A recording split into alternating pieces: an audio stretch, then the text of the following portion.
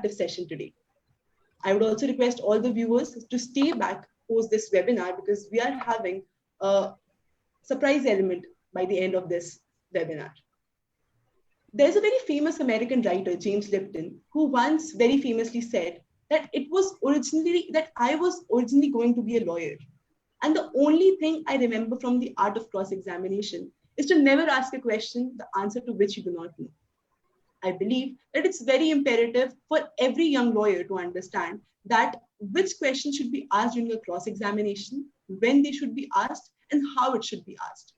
More importantly, it's more important to realize that which questions should not be asked.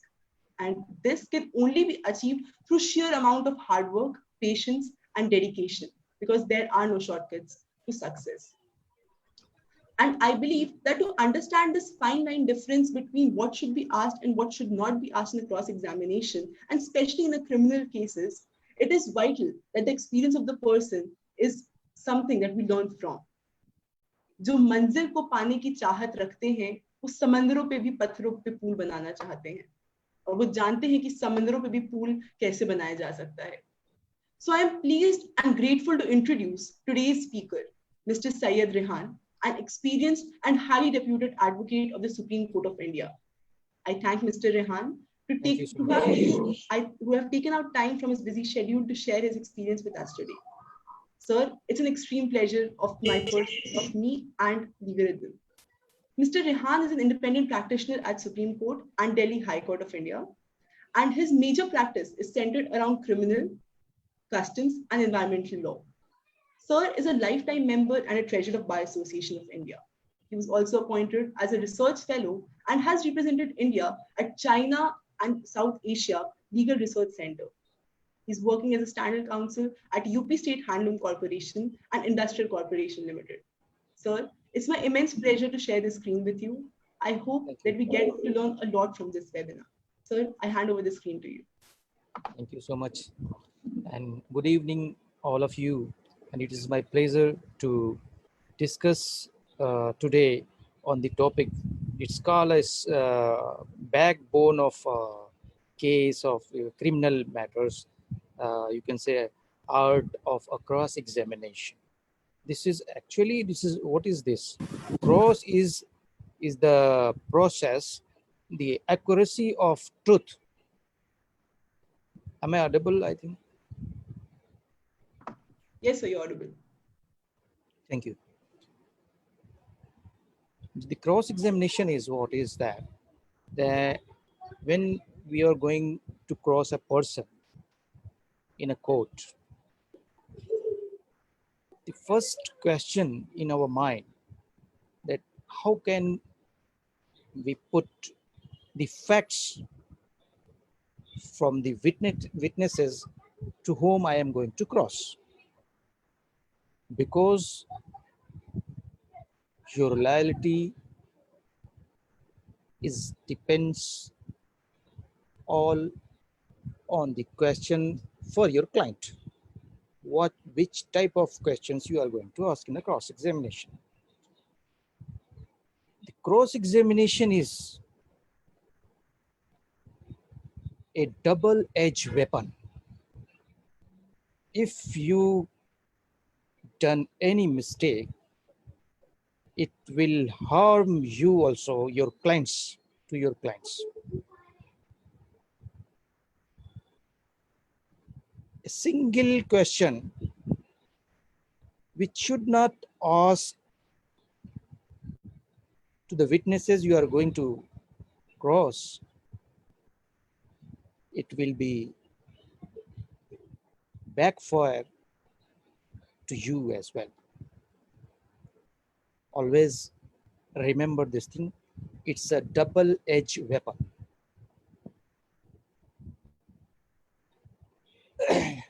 What the opportunity when you're going to avail before the court to ask a question to your opponent, to your witnesses. First of all, you think about how much the limitations of a question. Is there any limitation? It's a series of questions. The answer is, in cross-examination, there is no limitations of question. When the judge asks you, how much time you will take, Mr. Counsel? The answer is, Your Honor, when you think, you feel that I'm asking an irrelevant question, you can stop me. That's the answer. Because I don't know how much it will take time, how long it will go, what are the series of the question I have to ask. Now, how can you prepare yourself for a cross-examination? The question is that, first of all, you must prepare a list of questions what you are going to ask to our witnesses. If you don't have a list of questions, it will difficult you, it may trouble you to find out the facts for which you are going to cross.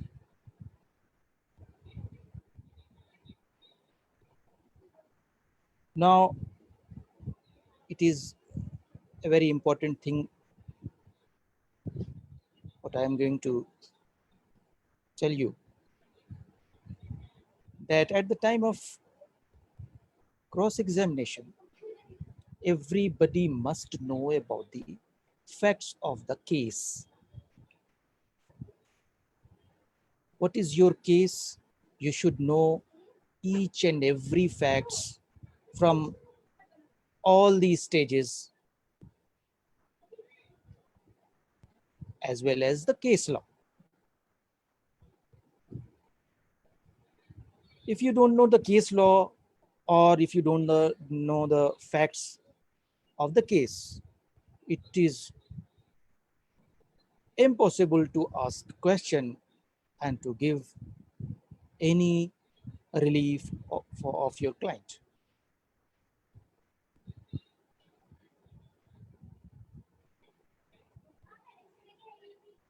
The facts which is provided by the documents, by the evidences provided by the courts, provided by your clients, it is in all modes. It is in electronic mode as well. You should prepare all the things before coming for the cross-examination. And there is one more important thing is, when you're going to ask a question to your opponent,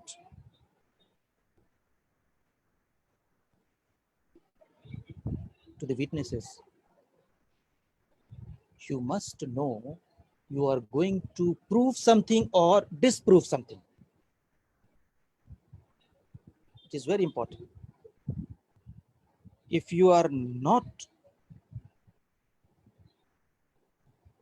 confirmed, you are not sure that the question I am going to ask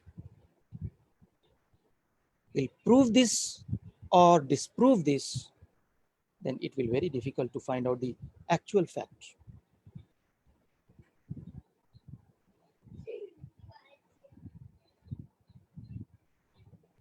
For example, when we deal the custom cases, in custom cases, the statement before the investigation officer is admissible before the court. Customs cases, what the statements you have given before the investigation officer is admissible before the court. But the statements before the police station, the investigation officer at the police station takes statements is not admissible before the court. There is a difference. And where the statements is admissible, how can you confrontate? How can you cross the officer? It is very difficult because the statements your client have given has already been admissible. Now, this is the actual examination of your cross-examination, how you will start the cross questions to the investigation officer of custom department. This is very important. In this situation, when you are going to ask a question to the custom officer, first start the question that two things you keep in your mind. Two things you have to give the impression before the court that the statements which has been given to the custom officer was under pressure or under threat. You have to prove this thing. You must remember what you are going to prove. What I have earlier told you, that you have to prove something or to disprove something. You are now going to prove that there is a threat or there is a pressure at the time of statement before an investigation officer in the custom department.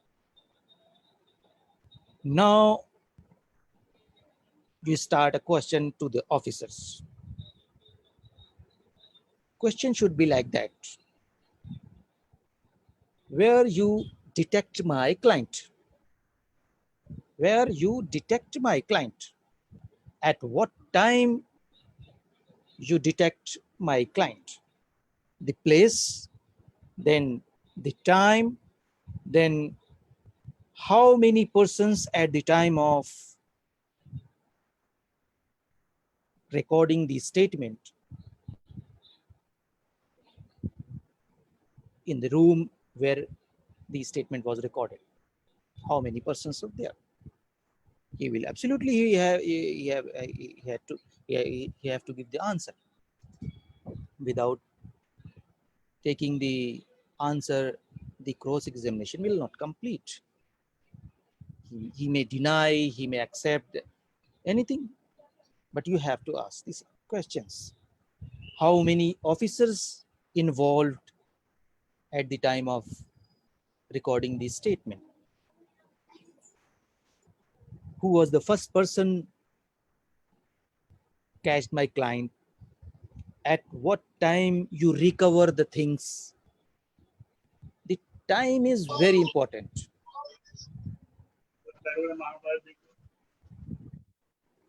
The time is very important. This time scheduled from the time when your client was caught and when he was pressurized to give the statement before the investigation officer. Then you ask at what time you produce before the court. The time starts from the detection and ends when he produces before the court.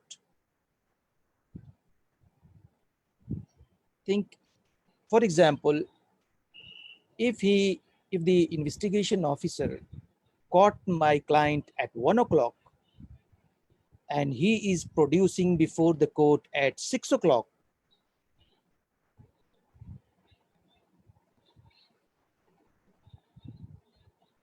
It is the time of 6 hours to take the statements on record, to produce before the court. Now, the officer will be under pressure by these questions. You can make it pressure before the officer, investigation officer. Now, the questions arises when you start the further cross-examination before the court. And you must remember that when you are going to take a question, if the investigation officer or opponent witnesses denying anything to give answer, you can always suggest to the court, you have to give your suggestion before the court that this is my submission, please record my submission, and then you can ask. Is any problem in the audio? No, sir. Kindly continue. Okay, thank you. And there is two things you remember. One is denial and other is admission. In your queries, in your cross-examination, the opponent may deny anything and he may accept, admit anything. At the time of denial, you have to give the suggestions, and it is very important to remember that if something already admitted by the other side, by the opponent, by the witness, something is admitted, already admitted, then always keep in mind, don't repeat the question and ask the same thing before the court. This thing irritates the courts and you will be trouble in the next question. Then court will start, you are questioning irrelevant questions. And so please mind it. So you have to keep in your mind that don't ask the questions repeatedly.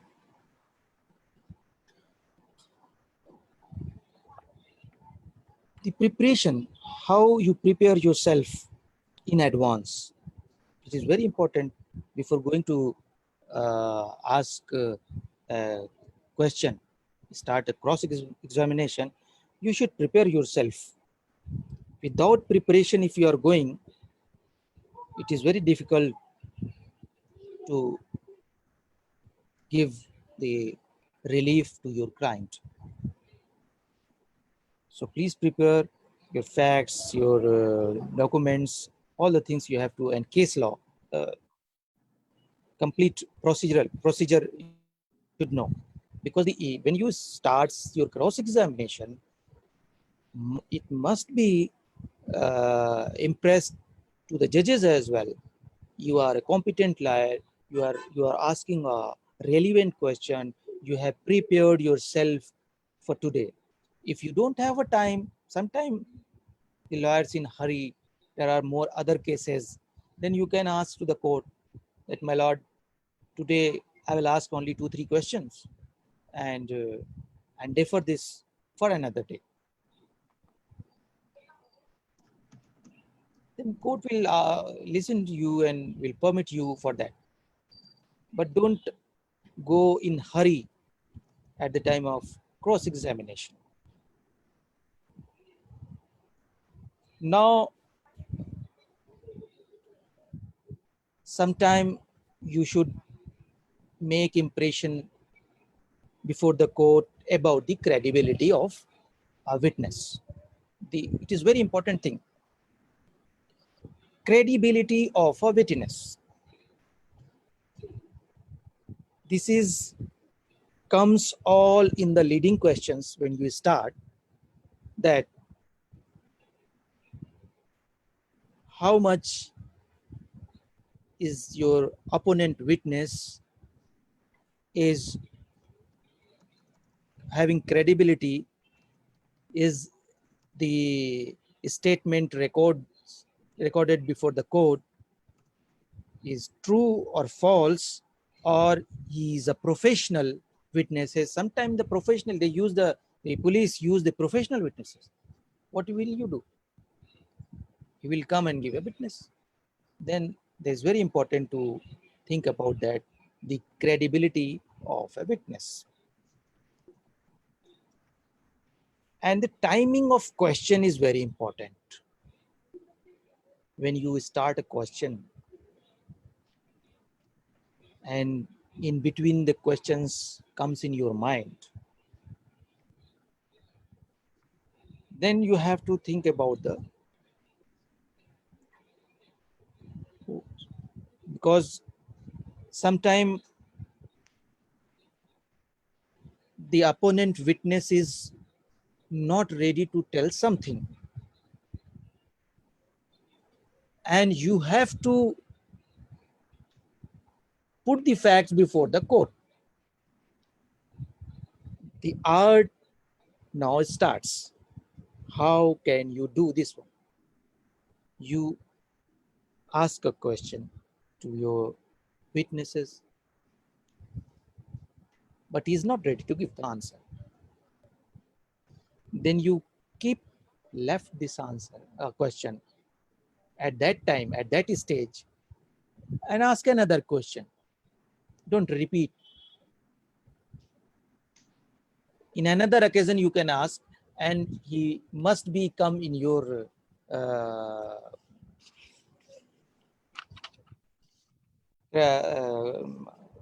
trap on the next time, because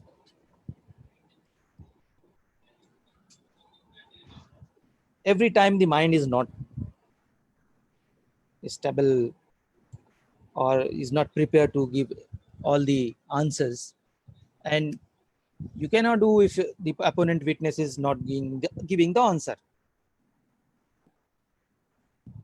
The contradiction of the statement is very important also. When he gives a statement before the police station, and when he comes to give the statement before a court, there may be contradiction of the statements. So it is very important to you that you must read the statement which was given before the police. The statement under 163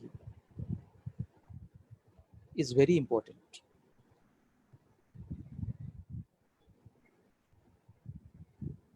Because when he gives the statement before the court and it's differ from that statement, it contradicts, then you can ask that opponent witness, the statement you have given the police was correct, or the statements you are giving before the court is correct? Which statement is correct? Then he will trap your question. At that time, you can prove before the court that he is not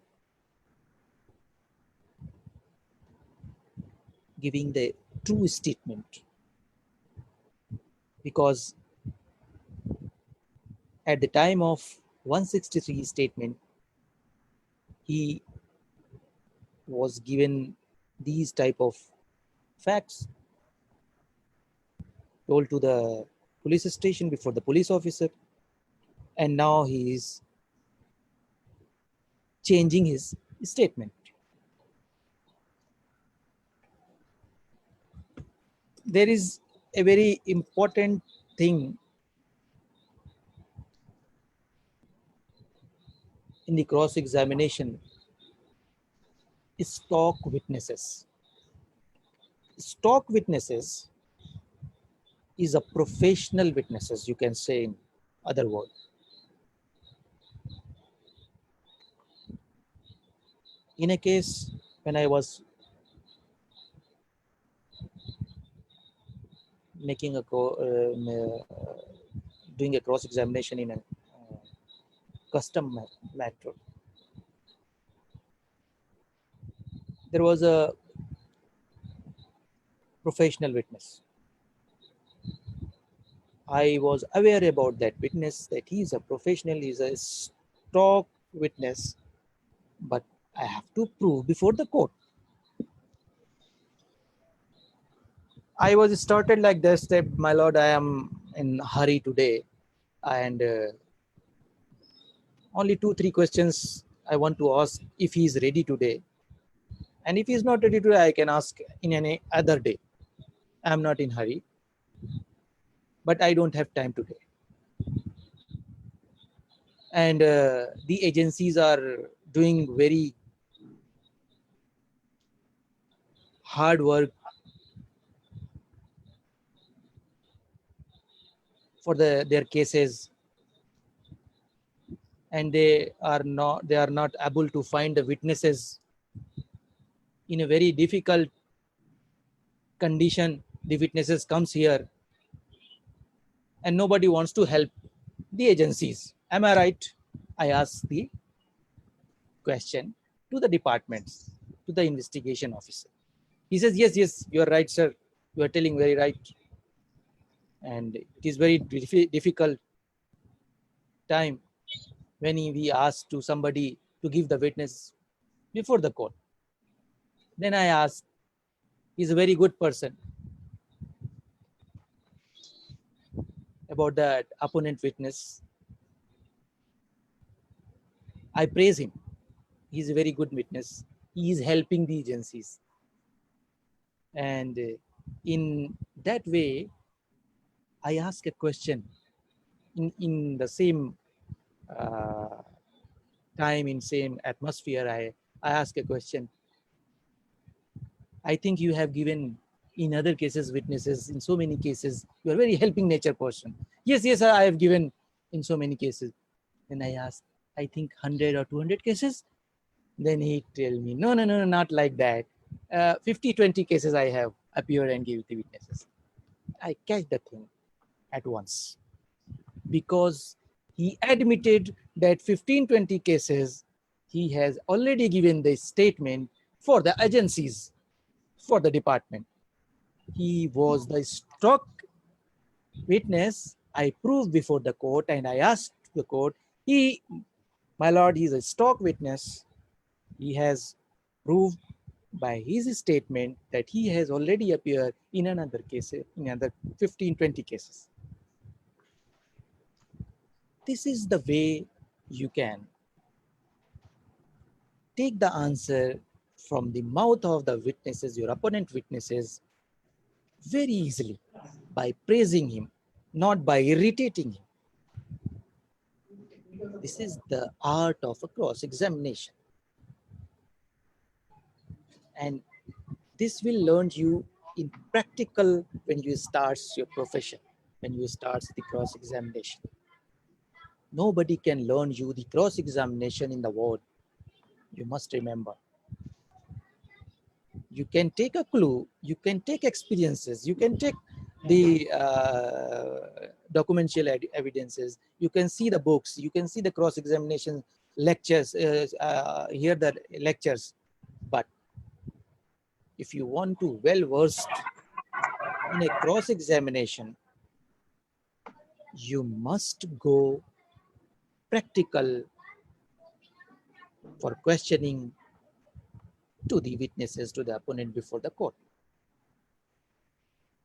It is very necessary for your profession, for your future in the legal field or in criminal field. Self-growth is very important. And the self-growth is only the way how much you read your cases, how much you read the case law, how much you read the leading cases from apex court to the lower courts.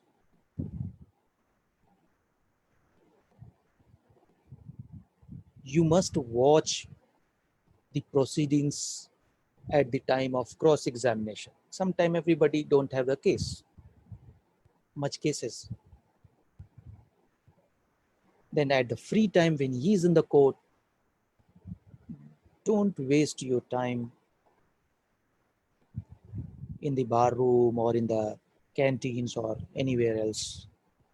You should go in the courtroom where the cross-examination is going on, and you must watch the process, the experienced lawyer, how he is asking a question, in what manners, in what ways, the the the sequence of the questions,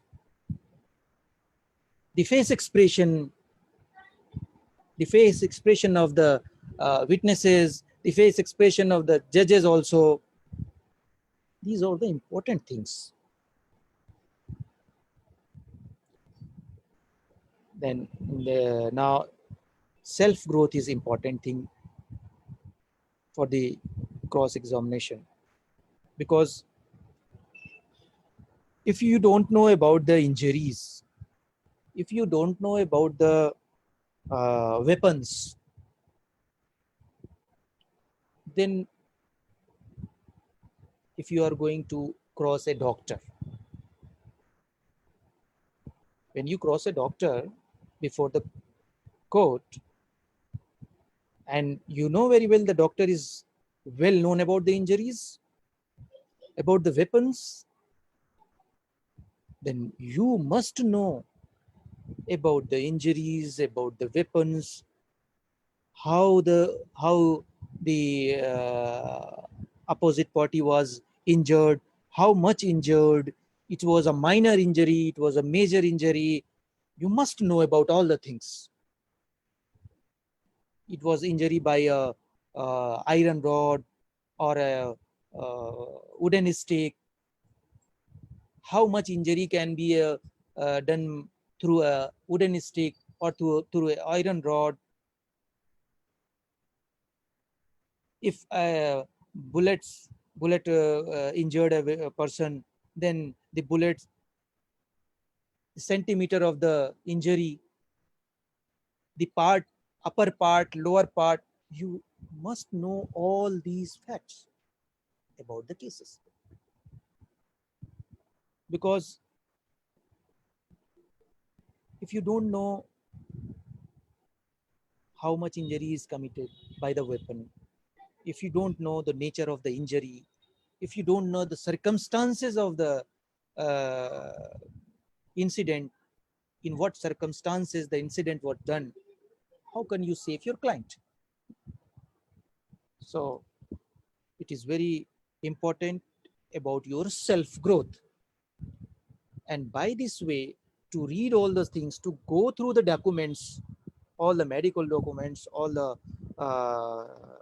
electronic documents, you can see today the very important witness evidence is CCTV cameras. CCTV camera in the present day is admissible evidence before the court. So you must know the place, at the place of the incident, is there any CCTV camera? You go through that, you must see in that.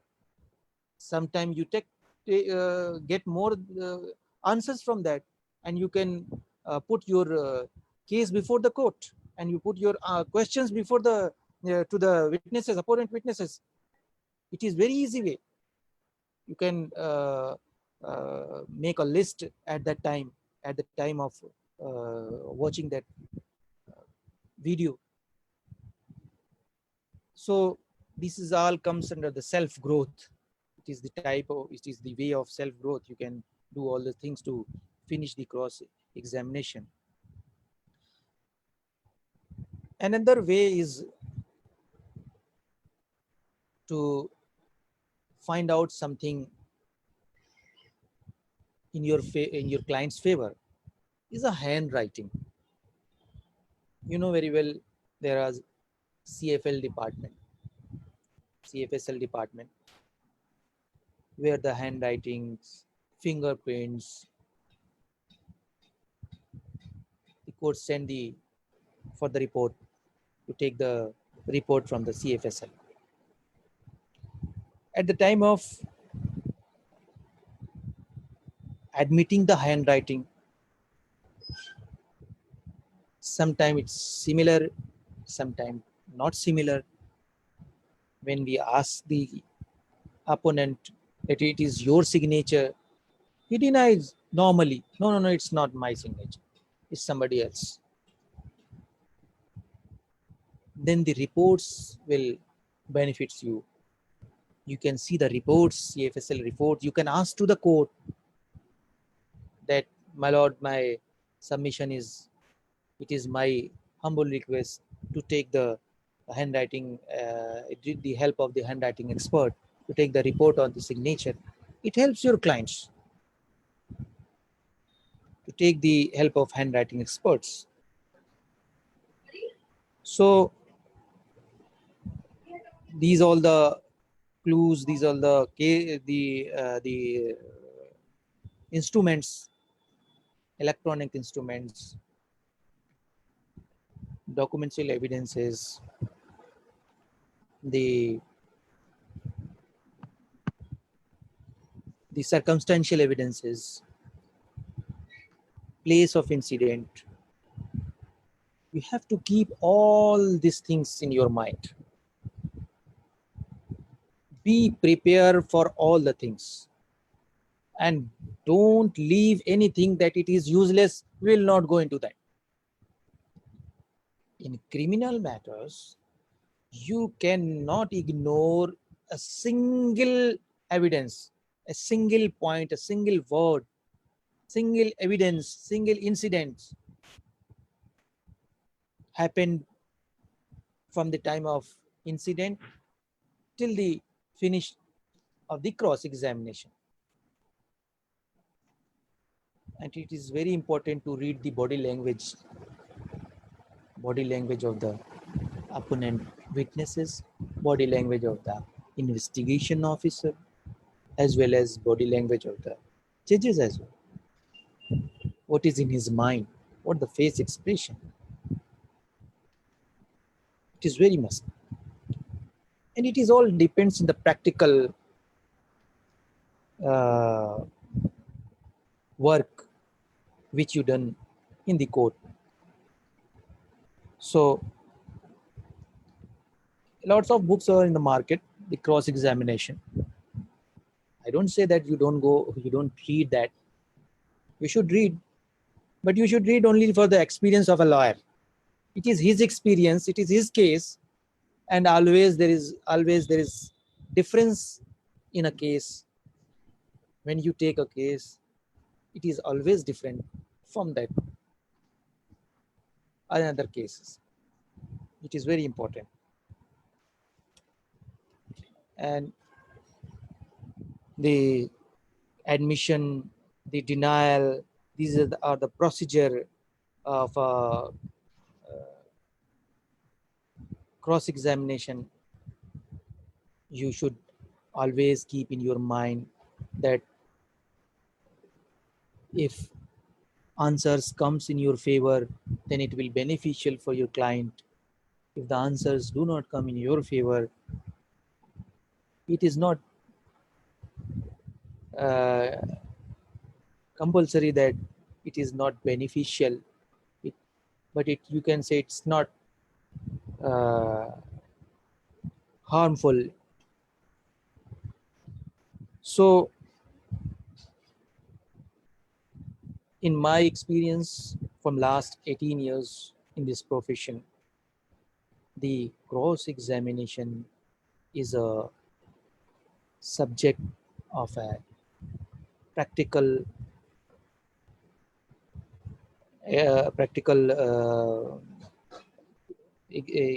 this court procedure, and not by the bookish knowledge, not by the lectures. So it is my suggestion, you must go in the courts, you must watch in the court the procedure. Now, if there is any queries, any question from the listeners, I'm ready to give the answer. Jyotika. Thank you so much, sir. This was really very informative.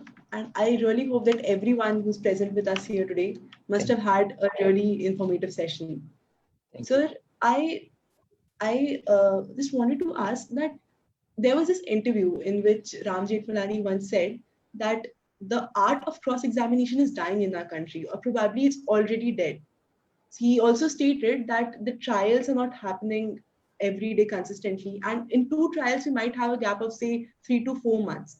And we also have cases where a single case goes on for a time period of, say, years, of 10 years or 12 years. So, sir, what do you think that what might be the reason that this art is dying, and maybe it's not something that people are more focusing on? Is this transition from jury trial, extension of jury trial can be one of the reasons for this? So, what's your take on this? No, you're right, Jyotika. It takes time, where the times should be within uh, a year or 6 months. That is sufficient for a trial. But in our country, it takes 10 years, it takes 7 years, sometimes 20 years. Now, a new rule had come in the courts, in the trial courts. Not more than 10 years cases will be given any dates, any more dates, 10-year cases now. This is that they have limited the time for 10 years. It is my suggestion that it should be not more than 5 years at least. This is the least, at least 5 years, not more than 5 years. Trial should be complete within 5 years, whatever the case is that. Right, sir. I was visited in China last year, and in the family courts matters, sometime in India it takes 10 years also. When we married at the time of 30, and the case is finished at the age of 40, when he crossed our young age, sometime happens in India. But in China, the family matters are given a time limitations. To finish the time limitations to the trial court, within 6 months you have to finish the case. Right. On your part. Both the sides know that it will not go beyond 6 months. If you want to live with each other, you can give your statements and you can compromise. But if you cannot prepare yourself to leave each other, you can take divorce, or you can challenge any order before the appellate court. This is the way, 6 months. As well as the other criminal matters are fixed for not maximum of 2 years. That's why there are not pendency, no more pendencies, very less pendency of the matters. And we are suffering of this disease. You have told that the 10 years, they are taking so much time, 4 months. Today I am appearing in a matter, the next date we are getting after 6 months sometime, after 4 months sometime, because the burden of work on the judges. So it is my suggestion to the court. I have also, in a list of cases, I have finished the cross-examination in a day.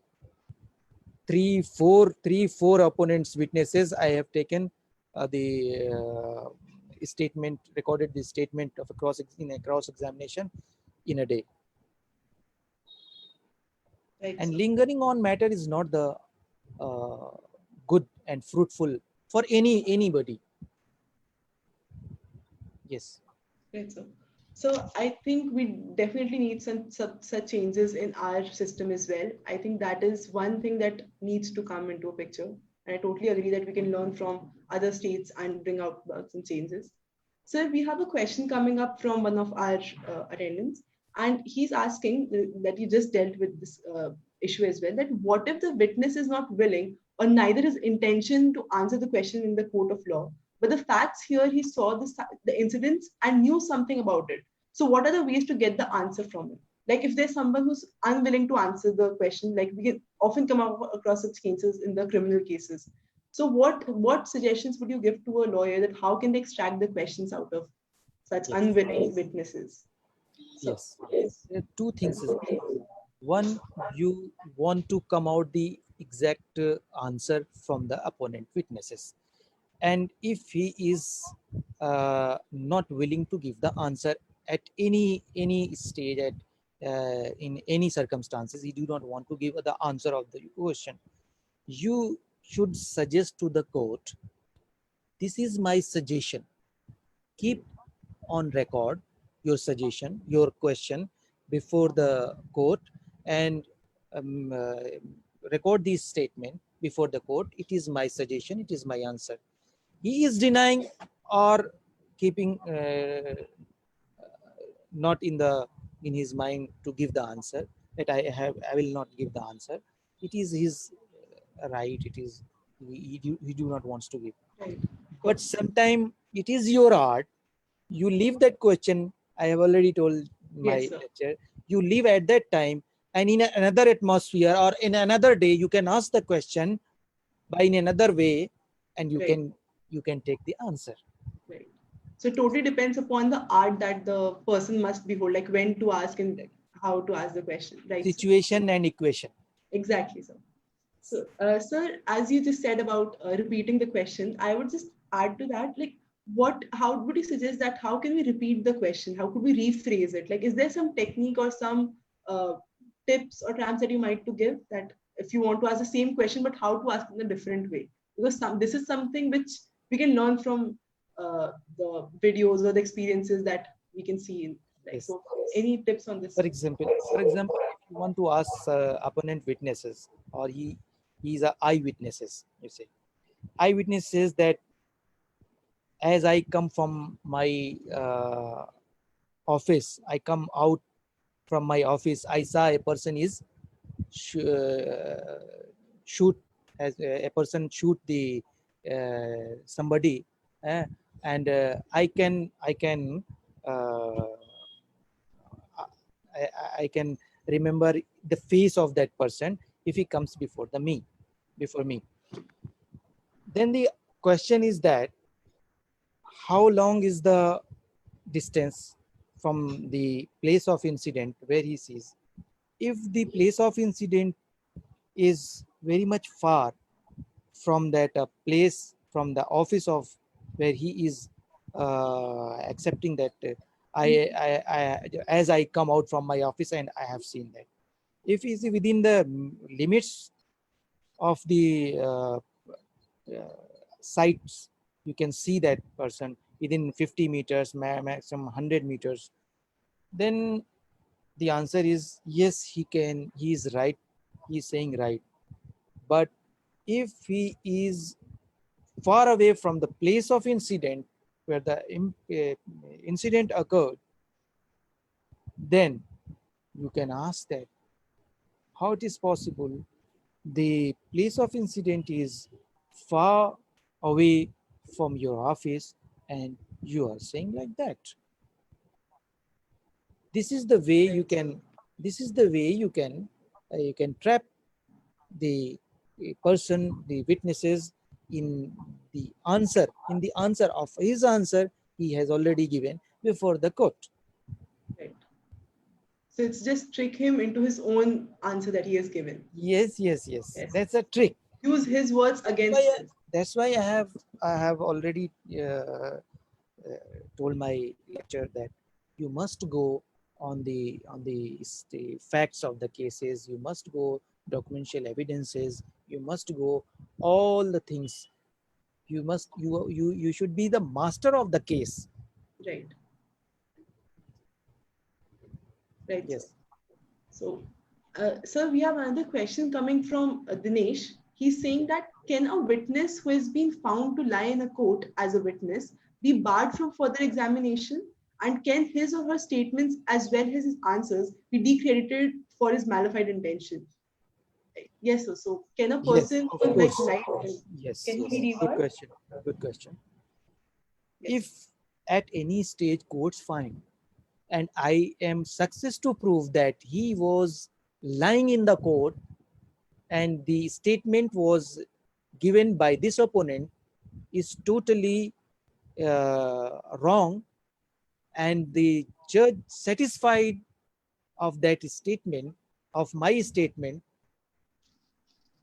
that he is lying, then the judge can initiate proceedings against that witnesses. Right, sir. So that person won't be allowed to ask any further questions. Now Like, he will be like treated as an that's what. accused. Now he will be treated as an accused. He cannot come as a Right. witness. And his the statement, earlier statement recorded before the court will also gone. Right, sir. Right, sir. So you previously mentioned that cross-examination is a double-edged weapon Yes. in the initial part. So, sir, suppose if we come across a situation where we are in a loop, like we asked something and it backfired. So, how do we deal with such situations? Like if we are trapped in our own questions or in our own words, we went on the wrong side of the questioning line. So, how do we get like, do we stop that questioning and take it up another day, or do we take any other course from experience, or if you could Yes, share yes. something like this? You can say, if you have asked this question, at that time you keep mum, and the next stage, or on the next after the next question, you can take another question in the comparison of that question to dilute this answer, or to dilute the facts, and Right, take another question.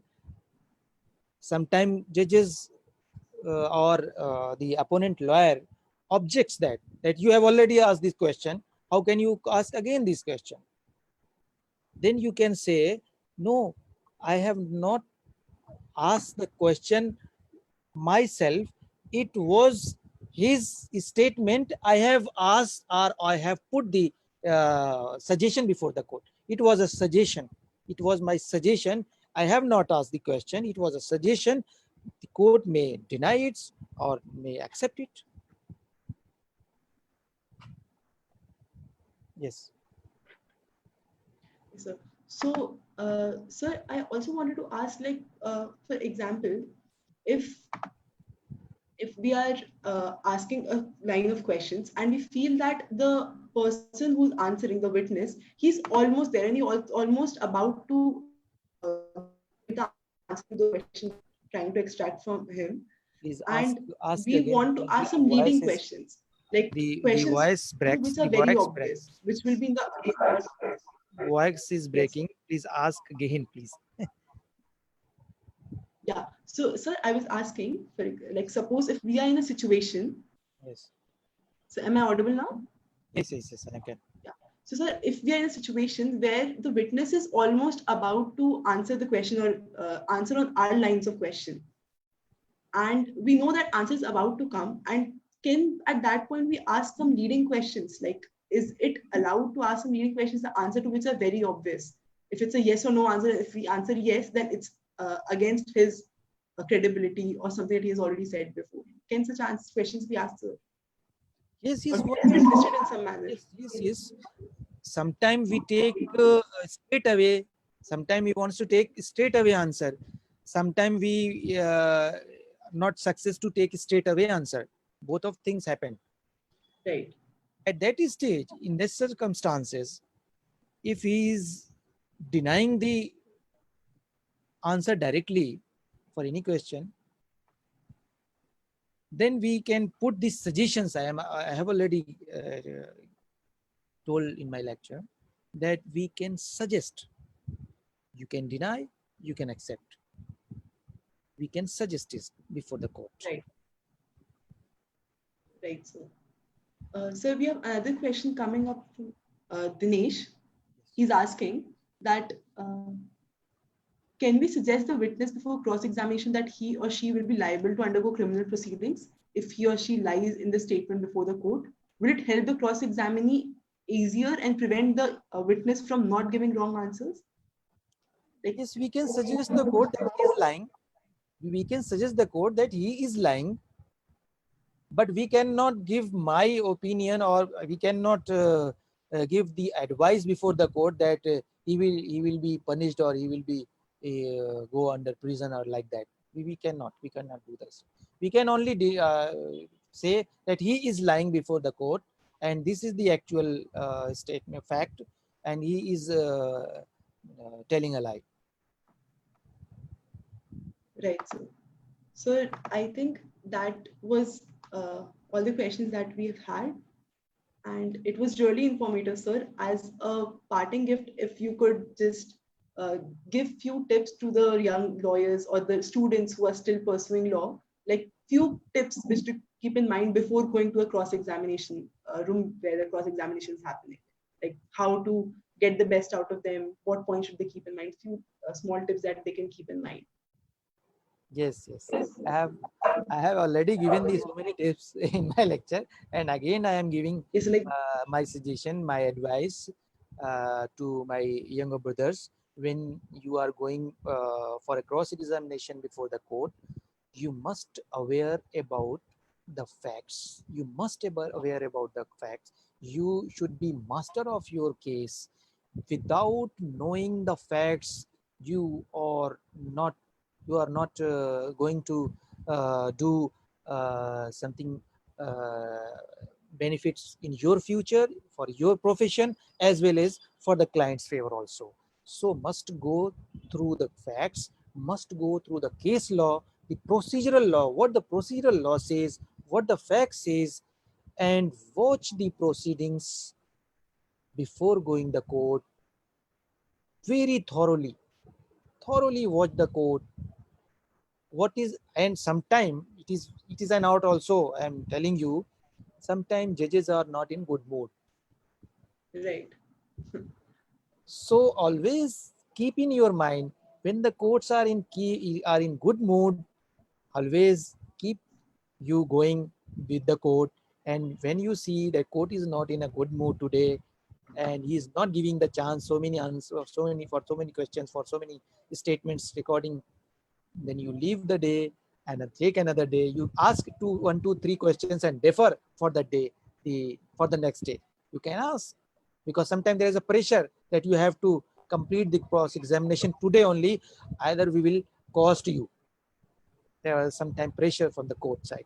So you start the questioning and defer that on that day for another day. right, sir. Thank you. Thanks. So that was really informative. And I'm sure that all the viewers that we've had today and the future lawyers will gain a lot from this session, sir. It Sure. was my great pleasure to listen to your kind words of wisdom. And I'm sure that whoever was part of this webinar would have had a great insight into the pleading and the cross examination. I'm thankful to the listeners also from my side. Thank you. So Legal Thank Rhythm you. is extremely thankful for your valuable time, sir. Thank Thanks you a lot. so much. Thank you so much. I would be addressing to the viewers of today now. Guys, I just want to introduce to you guys that in this growing age of social media, what's that one thing that I think every one of us is very obsessed with, or probably very attached with? Like during this COVID-19, we are mostly posting our pictures, our throwback pictures on Facebook and Instagram. So Legal Rhythm has organized this caption writing competition for all the viewers on our portal. And the rules for this competition are very simple. Like you'll just be given a keyword, for example, say happiness, and then you have to make a caption out of it and attach a picture to it, and which you'll be posting on your pages. So I hope that we get the maximum participation from you all, and I wish all the best to my participants. All the best, guys.